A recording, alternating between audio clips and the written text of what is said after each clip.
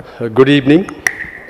Respected Dr. Pawan Goyal, the outgoing President, Dr. J.S. Bhalla, Secretary, Dr. Alkesh Chaudhary, Treasurer, Dr. Kirti Singh, DGO Editor, Dr. Bali, Library Officer, members of the Executive Committee, past Presidents, Secretaries of this association, my teachers, senior colleagues, invited guests, faculty, delegates, friends, ladies and gentlemen.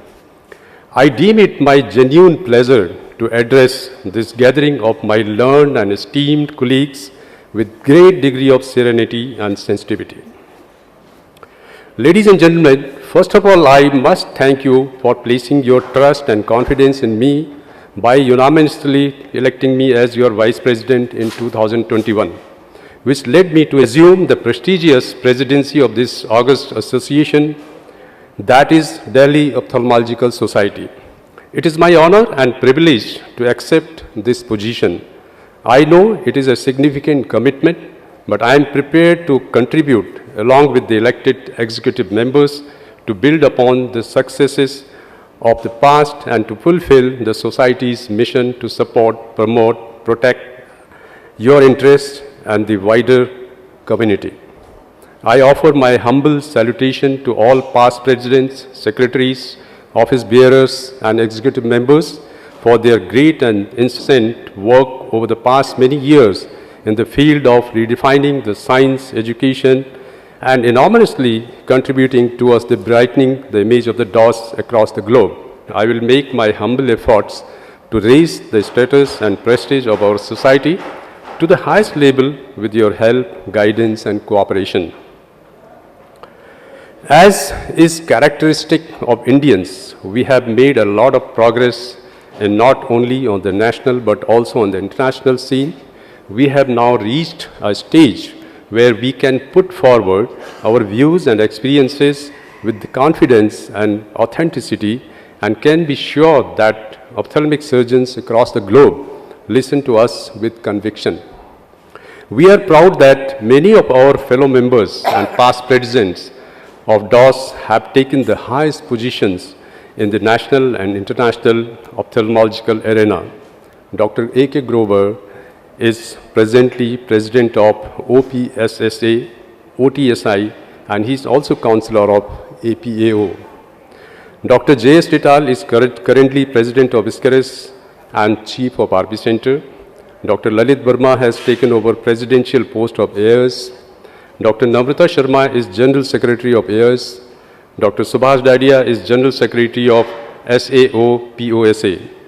I had the honor and privilege to work with all of them in RP Center and in DOS executive functionings. For me, it has been a humble journey which began with DOS executive member way back in the year of 2005. I still remember the early 80s when I first joined RP Center as a junior resident and became the life member of Delhi Ophthalmological Society somewhere in 1985. Ultimately, this journey shaped itself one step at a time, bringing me to the ascendancy of assuming charge as the guardian of this respected body of great intellectuals and scientists. I didn't have any dream for my life until I was 15 years old.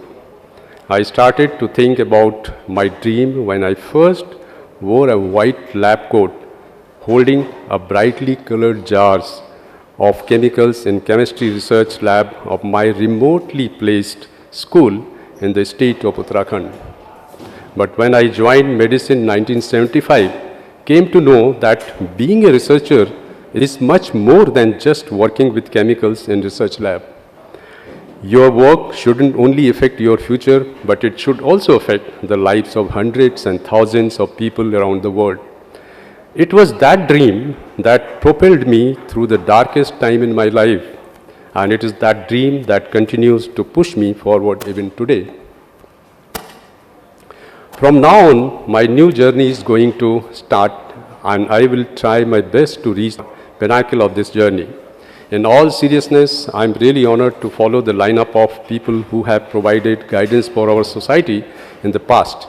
Each of our past presidents has brought a different vision with them, and all of them have proven to have different strengths. From my perspective, it is not just a changeover, but it is a transfer of responsibility and accountability in a continuum towards the progress of our society with highest level of spirits and commitment. It's been now more than 2 years since the new coronavirus, SARS-CoV-2, and its disease were declared a global public health emergency. During this period, there have been over 6 million deaths reported to the World Health Organization. The pandemic changed the life across the globe through lockdowns, sickness, and lives lost. The year gone by has been shocking for our association also, in that we lost our past presidents and great teachers, Dr. G. Mukherjee, Professor Madan Mohan, and Professor Sood. All of them were dynamic, efficient, and highly respected teachers and had set high goals for the betterment and progress of society during their tenure. They showed us light and guide towards the destination of our success and left a good and great imprint in our hearts with kindness and love. Thank you for living a great and fulfilled life. Post-COVID-19 has also permanently transformed the way people work, the way we think about our work, and have started focusing on re-architecting our work by using technology to elevate the human capabilities. During this unprecedented time, there has also been a lot of exchange of knowledge and clinical experience in the form of webinars, seminars, and workshops across the country. Over and above, in all these scientific programs, many state chapters and sub-chapters have been diligent and have carried out their academic activities with precision. Now, 2 years later, the origin of the pandemic is still unknown, and SARS-CoV-2 has shown many faces, and we still do not know the future course of this disease. This has also given the opportunity with endless possibilities of what humans working productively with technology can achieve. Unlocking aspirations and outcomes have never before been possible like this. Although the widespread prominence of society and scientific benchmark created by the predecessors of this society is difficult to meet, but as your newly elected president, I promise to take into account each of your interests and your voice on the many issues we will face during the upcoming year. I also promise to push through all the plans we have presented to your, specifically the topics I addressed in my election manifesto, and I am ready to deliver on those promises I made to you. I suppose I am no different in that I have some ideas for change I would like to see within the society, and I will try my best to fulfill this responsibility. Trust me, I will forever work for the betterment of the society and will work sincerely and lead by the example. I am really ready for that and hoping for the strong support from my executive team and, of course, the help from my seniors and colleagues. So I request all to please guide and support me in this journey. Over the next 1 year, we will continue to build our strengths but also take a new directions. Of course, there are many challenges ahead, mainly difficult financial constraints we are currently facing that affected our ability to achieve our potential. But let us not forget, we are a global organization united by our values and rich with our talent. If each of us puts in effort what we can, we will find that we can get back what we need. My vision is very clear: advancing the science and serving society with inclusive culture. I believe in DOS and believe in collective work of the executive committee to continue with the great progress that DOS is already making. I will make sure that the executive board works for the betterment of the society and strengthen welfare offered to the members, and also to ensure that members' voices are heard. My intentions would be to create more opportunities for the members to interact and obtain these experiences. We will continue our programs that strengthen our professionalism through education, training, and resources. We will also retain our commitments to solidarity, ensuring that our members that are less resourced can have more opportunities and assistance to develop the skills and methods of operating frameworks required for the modern accounts. We have a strategic priority and plans to position action as essential for good quality scientific programs, administrative and financial transparency, and democratic accountability. We need to influence and ensure that decisions are taken and a proper account of the constitutional value On this occasion, it is essential to highlight certain important issues which we all will consider seriously and implement with the sense of skilled determination. One of the key goals of my tenure would be to establish the concept of social integration to create an inclusive society, a society for all. It is going to be a multidimensional process aimed at creating conditions which enable active participation of every member of the society with equal opportunity in all aspects of DOS activity. This will create togetherness between various ophthalmic professionals and to work for a common goal. We will work to dynamically collaborate with state and international societies for exchange of scientific knowledge and technology and support the promotion of scientific research and professional refinement to our members. We will reach out and enter into the meetings of other societies with networking and by organizing joint meetings also. We will send our young aspirant ophthalmologists to affiliated centers within the country and also to some international centers for observational fellowship in some specialty and award fellowships also. High quality academic activities pursued by DOS has been the hallmark of our society. To maintain its premier position in ongoing medical education, we need to continue CMEs, workshops, scientific meetings to keep abreast with the current concepts in ophthalmology. The fact that DOS has excelled in the field of academics and that our members have represented with distinction at various state, national and international conferences should continue and no complacency should creep in. Let us also encourage younger generation to involve in research activities as future of DOS rests squarely on their shoulders for its sustained growth and excellence.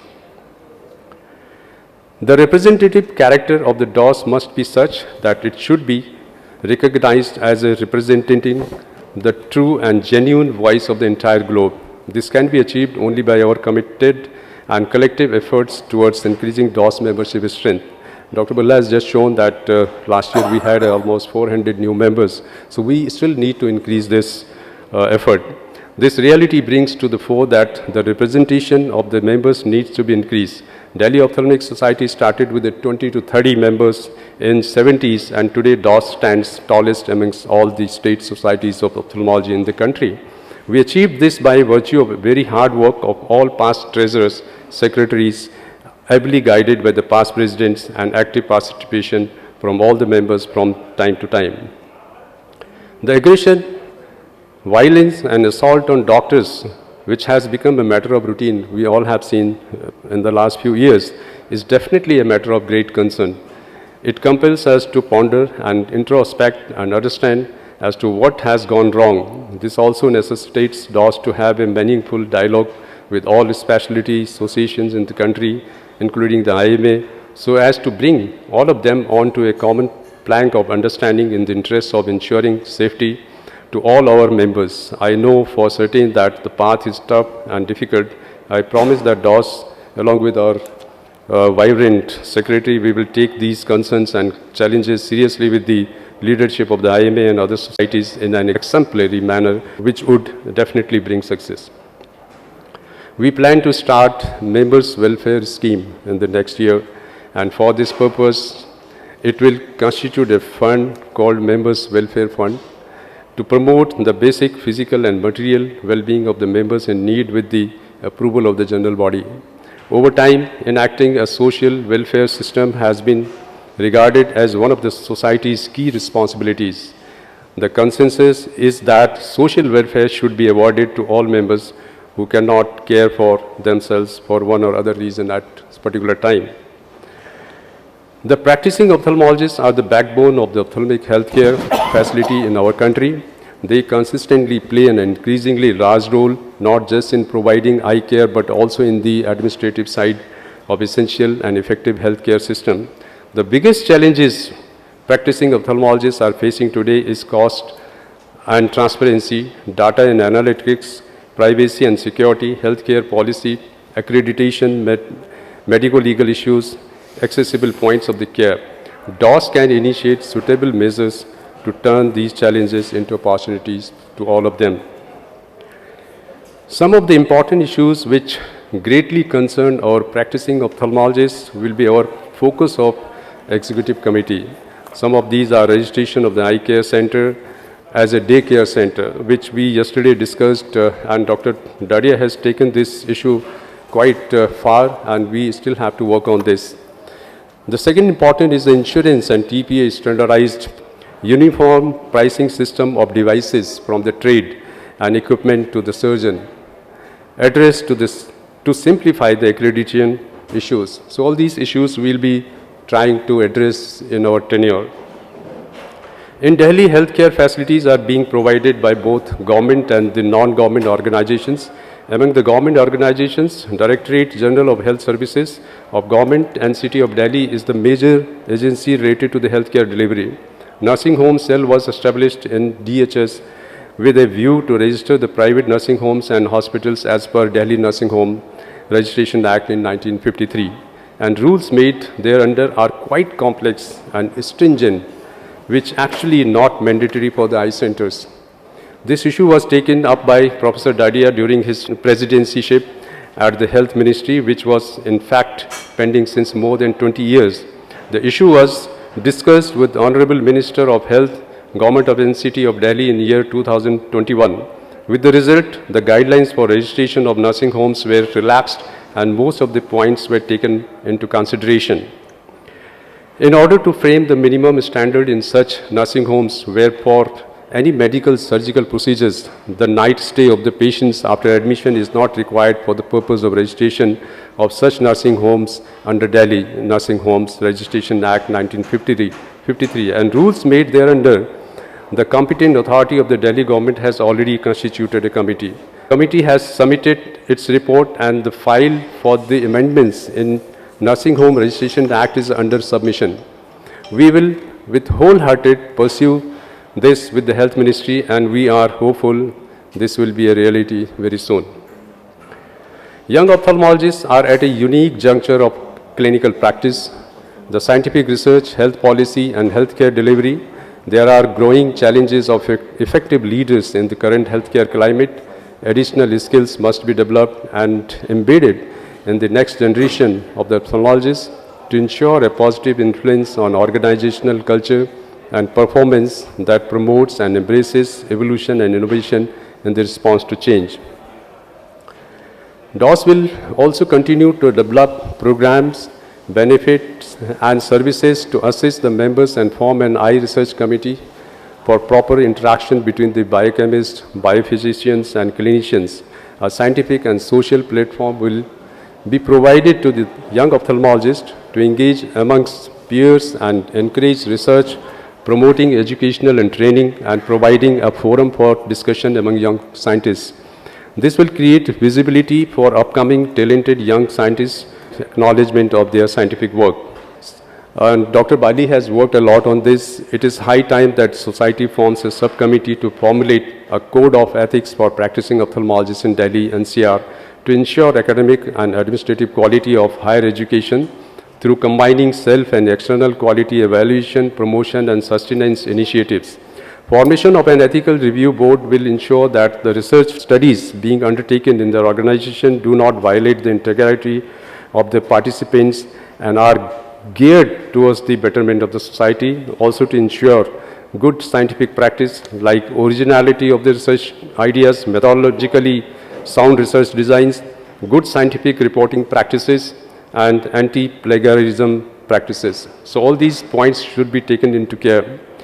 And Independent Ethics Committee of DOS. This is we plan to have within the coming year. The Delhi Ophthalmology Society will roll out services for providing complete support for ethical clearances for publications. This service will be available to the ophthalmologists working in Delhi. This service will be of particular use to people who are working in standalone practices or group practices and do not have access to institutional committees. So there will be training programs, and we are committed to raising the standard of research, because this is a problem we face in practice because we do not have the ethical committee and the research. Our research most of the times are not permitted, and we get the problem. So this issue is very important. We'll look into it and take care of this.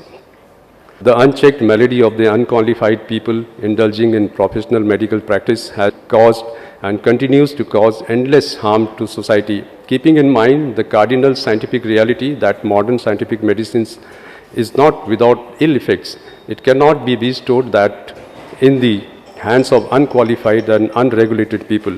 This is in the interests of mankind and for upholding the ethos and morality of the profession. It would also be prudent to put a system into place by DOS in regard to issuing a good standard certificate to its members depicting their adherence to the oath, so undertake and endorsing their practice in the desired manner with the principles of ethicality, morality and value-based contours. Delhi Ophthalmological Society Library Services, Dr. Bali is our library officer. Our library officer, Dr. Bali, have personally added the allocations for the journals and the activities. Now admissions will be made if required. Journals, e-books, articles on demand and our featured newsletters will continue in coming months. DOS is committed to the academics. The importance of sports and games is being increasingly recognized from both the educational and social point of view. It is the reflection of a society's values which impact our cultures, socio-economic development and source of entertainment. The active participation in sports will improve community health, imbibe discipline in character and will enhance social cohesion. We will execute mega sporting event and request our members for active participation in sports. Dr. Alkesh Chaudhary, our treasurer, has been very active in holding these events. You all have seen cricket match and sports facility and picnics. He has held many a times and have contributed significantly to the development of the society. Coming to the community services, we are aware of that there are around 30 million people blind in India, of which 12 million are cataract related and 3 million refractive error related. We need to put in place effective strategies to prevent further growth of this population. DOS should also play its role in this task. We plan to prepare forums to create public awareness of eye diseases as to prevention of the blindness through seminars, pamphlets, radio, television, press and other means of communication, media like films, We need to lend our support and helping hand to the organizations like Times Eye Research Foundation and Eye Bank Association of India and Eye Donation Movement, which we have done last year also. Our focus would be on improving the profile of the scientific discipline, fostering networking, information sharing, mentoring, career opportunities, leadership training, professional development through conferences, seminars, webinars, skill transfer courses, wet labs, live surgical courses, PG teaching programs, monthly clinical rounds, networking events, and publication through DOS Times and Delhi Journal of Ophthalmology. We will also work towards the development of the professional management of skills with short tutorials to our members, helping them to provide a high standard ophthalmic services to the community. Achieving a goal without a road map is like going on a road trip without a map. If you are lucky, you might eventually get to your destination, but you will likely end up in some run-down motel. So you will also probably have to stop a bunch of times to ask for the directions from the people who had no idea what kind of trip you initially planned. So it is very important to have a roadmap which simply reflects your strategy with choices and prioritization of right things and proper communication. So I have devised a timeline roadmap for the year 2022 and 23. DOS monthly clinical meeting, which we already have. Parallel webinars once in a month, we plan it. Evening sub-speciality meet once in 2 months. Live surgical courses once in 4 months. DOS PG teaching program once in a year. International DOS once in a year, including the film festival, workshops, short tutorials, annual sports day, cricket match, DOS picnic, DOS midterm conference, and DOS annual conference. So this task is not possible without the cooperation of our executive members. This is very important. So I would like to leave my executive members with the words, we have 1 year to build monuments that will endure forever, not carved in granite or marble, but in the lives and hearts of the generations. This is our time. it will not come again. Let us grasp it. All of you have been given so many gifts, and you have now been given this gift, this great gift. 1 year to take all your talents, all your gifts, everything that you are, and you can be a gift to the world. Last but not least, I wish to acknowledge my special family this evening. My family, my wife Anjana, including my two sons, Dr. Anurag and Dr. Ripunjay, my daughter, Dr. Geetika, who stood with me and during my difficult times and made it possible for me to stand before you here today. My great granddaughters, Anika and Ishita, precious gift the God has given to us and who are my never-ending source of joy and love. With this, ladies and gentlemen, I thank you profusely for gracing the occasion and for your patient hearing a long speech. And I wish you all a very happy, prosperous and fruitful year ahead. I look forward to a year of fun, fellowship and doing good in our community and around the world. Jai Hind.